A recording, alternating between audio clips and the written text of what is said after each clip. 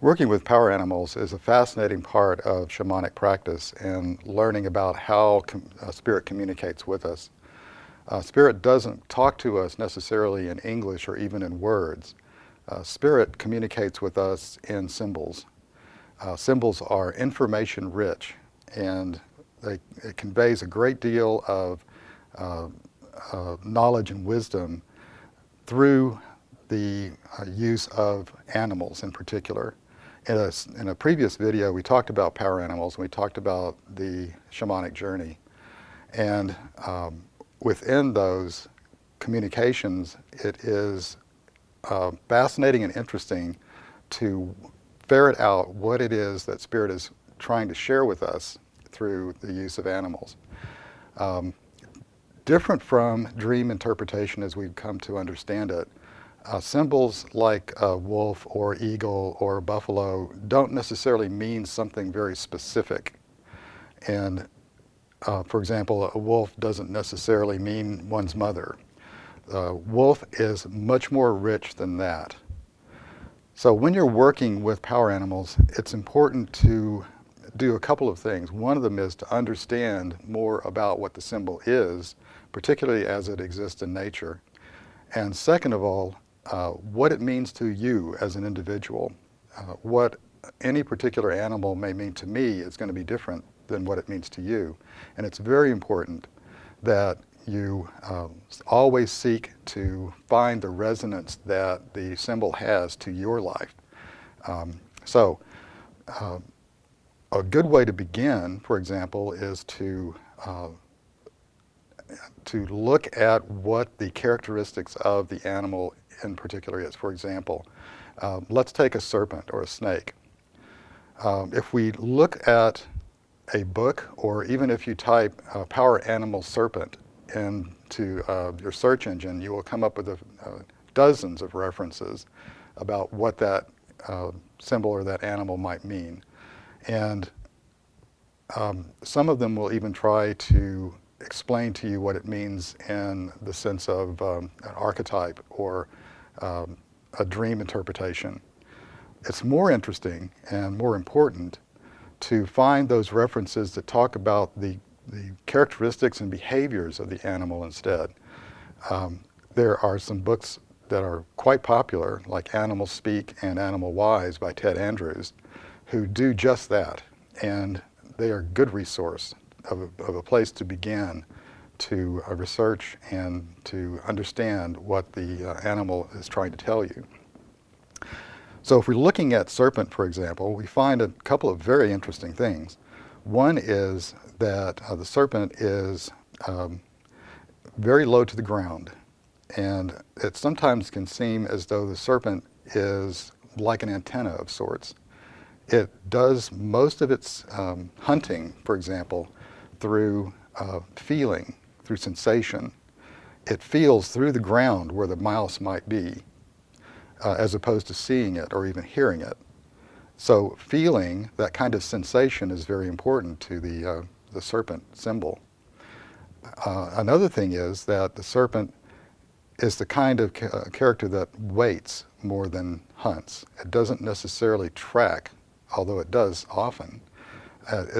It waits until the prey passes by. So there's an aspect of waiting involved as well. And we all know that the serpent sheds its skin. And because of that, it is a very strong symbol of transformation. Now, if we look even deeper, if we look at the process of shedding the skin, there's more information that we can find.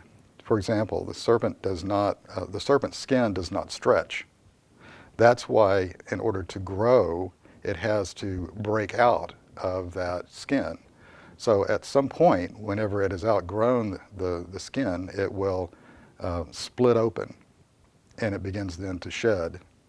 Prior to that, the serpent is very irritable, and it also is blind, because as the dead skin, or as the skin dies, the part of it that covers its head also covers its eyes, and so it can't see just prior to the transformation, that happens to us many times, does it not?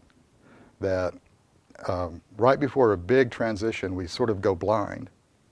Now, while it is in that state, it's very vulnerable and irritable because it's uncomfortable and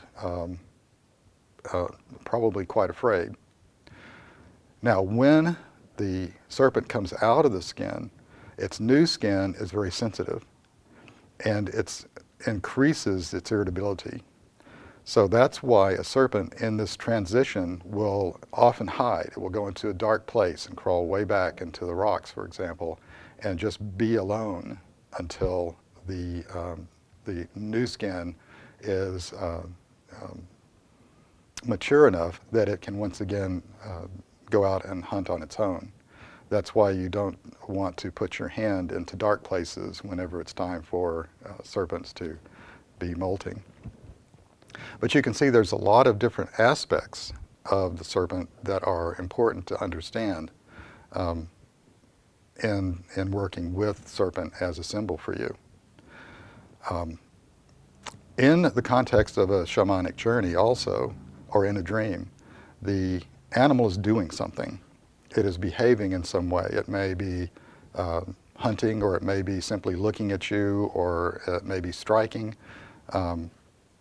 It's important to look at the context and what the animal is doing as well as what its characteristics are. So that's another important piece of the puzzle.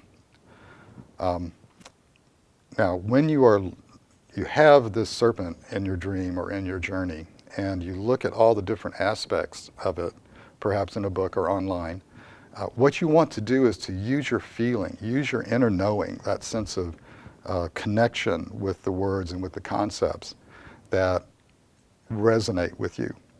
There may be a lot of things about the animal that you hear or you know about or you read about, but for one reason or another it simply doesn't seem to fit.